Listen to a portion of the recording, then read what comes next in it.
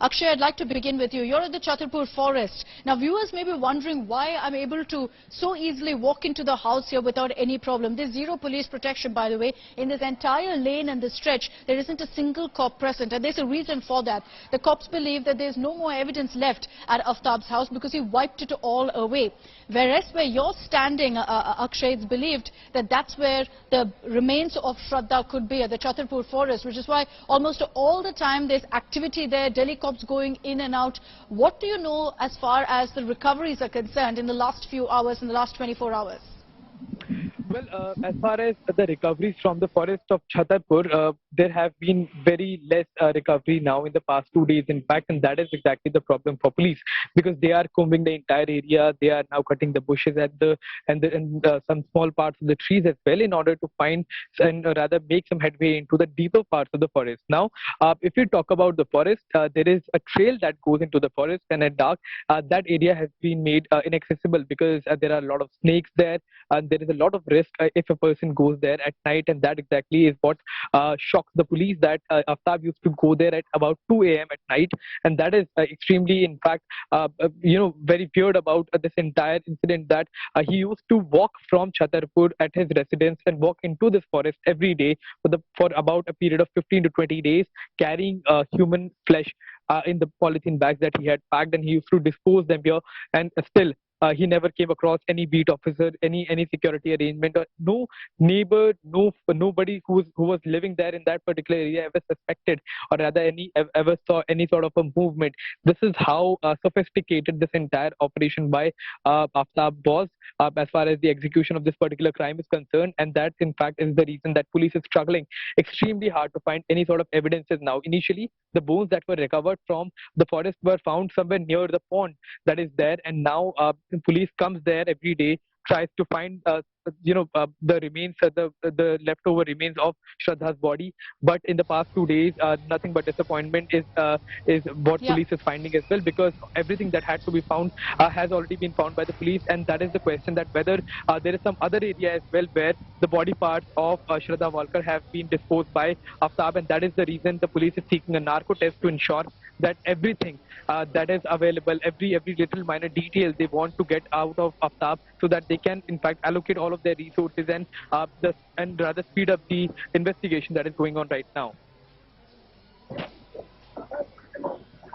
In the last 24 hours, we can tell our viewers that what essentially has emerged in our reportage is the details of how toxic Shraddha and Aaftab's relationship was, and how she was constantly assaulted, abused, tortured by Aaftab in the run-up to her finally being murdered in the most gruesome manner possible at this exact property where I'm standing. So that is essentially where the evidence has picked up pace. But if you look at whether the weapon that was used to chop off Shraddha was found, that's not happened. There's still a hunt, as Akshay has pointed out, for the body parts. So authorities are hoping for some sort of a breakthrough on those fronts. I want to bring in Divyesh Singh. He's joining us live from Vasai in Maharashtra. The reason that location is crucial is because Aaftab's family, Shraddha's family, all were based in Vasai. Divyesh, Shraddha was admitted briefly to a hospital there as well with severe back pain. And most of her friends who've now spoken out are also based there. So the investigation in Vasai also is extremely crucial right now.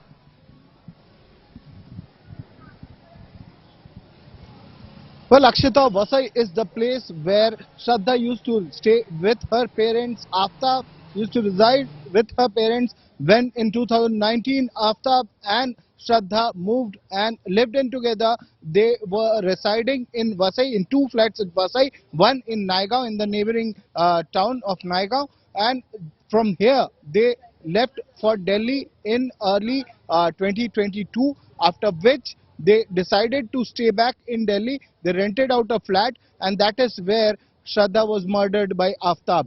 Today, a team from Delhi police has also come.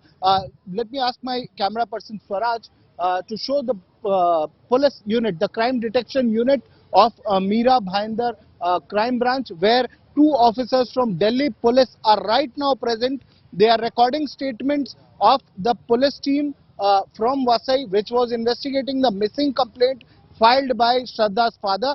They are recording statement of API Sachin Sanap, who was the investigating officer. They are recording statements of other officers involved in the missing complaint probe. It was the missing complaint that was filed by Shraddha's father which led to the discovery of this murder, which led to investigation by the Vasai police, and then it was transferred to the Mehrauli police in Delhi, which found out that Shraddha had been murdered by Aaftab in May 2022.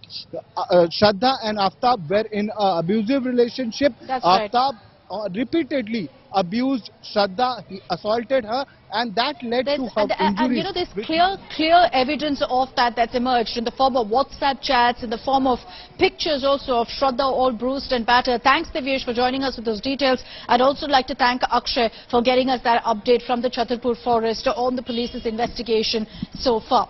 Now, what is unbelievable is the fact that Shraddha was being beaten up now by Aaftab, and this happened in Vasai, reportedly happened here as well in this residence, in the first floor where Aaftab and Shraddha stayed. And the fact that nobody heard anything, none of the neighbors had any clue. You can see that right opposite there's a shop, there are homes which are bang opposite Aaftab's house. Right next to it, you can see that they're sharing the boundary wall also with other residences. There are people who are staying in the second, third floor and in the ground floor. So this building was completely occupied as well.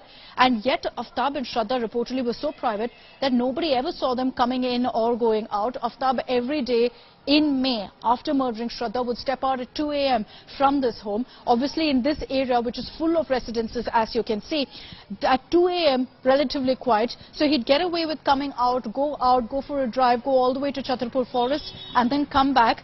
Every time with a bag, and nobody knew. So he'd go right up, go to the first floor. The ground floor neighbors had no clue that something like this was happening. We've spoken to all of them. While they don't want to come on camera, and obviously so, considering that their entire house right now has become such a big media frenzy. There are people here, like I said, coming and taking selfies, shooting reels, etc., saying this is the murder house, this is the house of horrors. So they're not willing to speak, but they are saying that right now they're very concerned and they don't know how Aaftab really got away with it. They're saying they never even saw Shraddha in the first place. The only person who perhaps saw Shraddha out here is a plumber that we'd spoken to a couple of days ago. So that's how Aaftab managed to actually pull this off, despite it being such a congested, such a crowded area with houses all around him. He still got away with this murder for 6 months.